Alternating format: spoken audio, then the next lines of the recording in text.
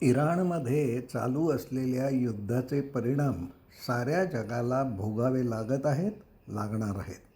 युद्धाचे कोणते परिणाम होतील याविषयी इंटरनेटवर, पेपरमध्ये बातम्या येत असतात.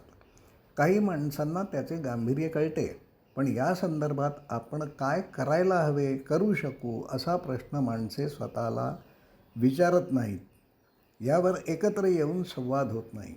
जे काही घडण्याची दाट शक्यता आहे त्यावर काही उपाय आहेत का, याचा शोध आपणच घ्यायला हवा.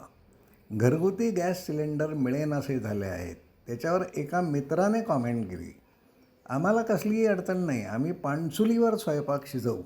जागेत जी नारळाची व अन्य झाडे आहेत त्यामधून पुरेसे इंधन आम्हाला मिळेल. ते त्रासदायक होणार असले तरी निश्चित शक्य आहे.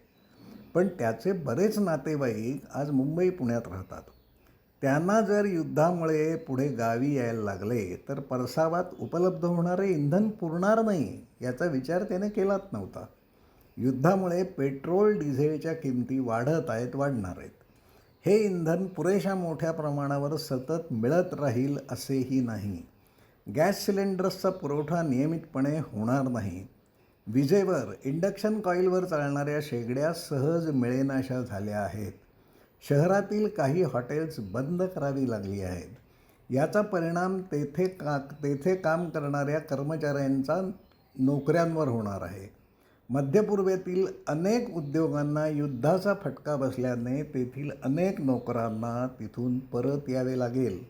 तिथून येणारा पैसा बंद होणार आहे. मंदी येईल. हायड्रोजनचा पुरवठा विस्कळीत झाला आहे. त्याचा परिणाम अनेक उद्योगांवर होणार आहे. अनेक पेट्रोकेमिकल्स मिळेनाशी झाली आहेत. बाजारात खते, अन्नोत्पादनासाठी महत्त्वाचा असणारा युरिया मिळणार नाही. आपल्या देशात युद्ध नव्हते तेव्हाही त्याची टंचाई होतीच. याचा परिणाम अन्नोत्पादनावर होईल. पर्यटन व्यवसायावर याचा परिणाम होणार आहेच. महागाई वाढणार आहे. जे सधन आहेत, उच्चवर्गीय आहेत ते याची किंमत मोजू शकतील. पण महागाईमुळे सामान्य माणसांना बऱ्याच समस्यांना सामोरे जावे लागेल. युद्ध थांबले तरीही गाडी रुळावर येण्यासाठी किमान 1 वर्ष एवढा कालावधी जाईल.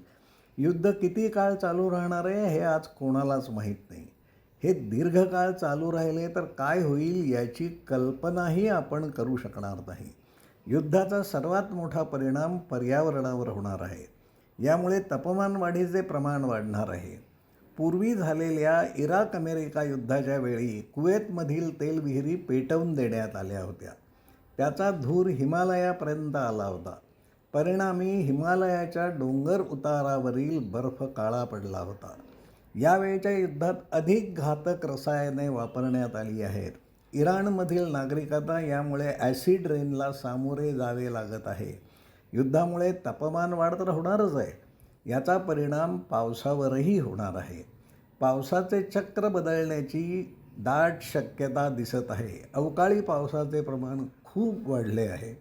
हवामानावर झालेले परिणाम सामान्य माणसालाही जाणवू लागले आहेत. अनेक पिकांवर याचे परिणाम दिसू लागले आहेत. जगाच्या इतिहासात मानवजातीला अशा अनेक चढउतारांचा सामना करावा लागला आहे.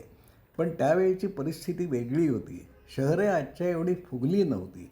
बहुसंख्य माणसे गावातून राहत होती.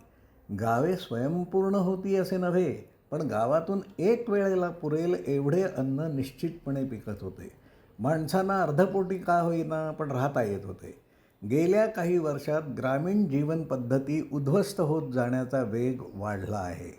बाजारात पुरेसे धान्य विकत मिळत असल्याने अनेकांनी गावाकडची शेती करणे बंद केली आहे. या समस्यांवर मंथन करण्यासाठी, त्यातून मार्ग काढण्यासाठी आपण विचार करतो का? माणसांना हे विषय महत्त्वाचे वाटतात का?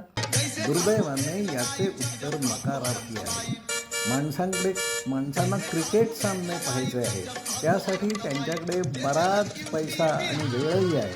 पण ज्याचा सामना त्यांना नजीकच्या भविष्यात निश्चितपणे करावा लागणार आहे ते वास्तव समजून घ्यायला माणसे तयार नाहीत. नाकापर्यंत पाणी पोचल्यावर उपाय शोधण्याची धडपड करणे मूर्खपणाचे ठरेल. युद्धामुळे जे काही भोगावे लागणार आहे त्याची तीव्रता कमी व्हायला हवी. भविष्यात उद्भवणाऱ्या समस्यांना सामोरे कसे जायचे याचे उत्तर साऱ्यांनाच हवे आहे.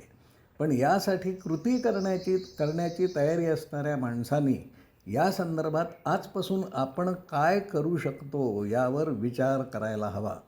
प्रत्यक्षात कामाची सुरुवात करायला हवी. या संदर्भात आपल्याला वेगळे असे काही सुचत असेल तर ते कळवावे ही विनंती आहे. धन्यवाद.